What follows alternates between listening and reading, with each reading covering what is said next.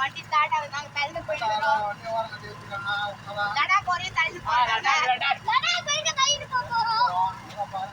Like share subscribe எல்லாம் follow பண்ணுங்க. Comment பண்ணுங்க. லைட்டா ஸ்டார்ட் ஆகுது. பாருங்க நல்லா பாருங்க. பாரு பாப்பா விண்ட காட்சி பாரு.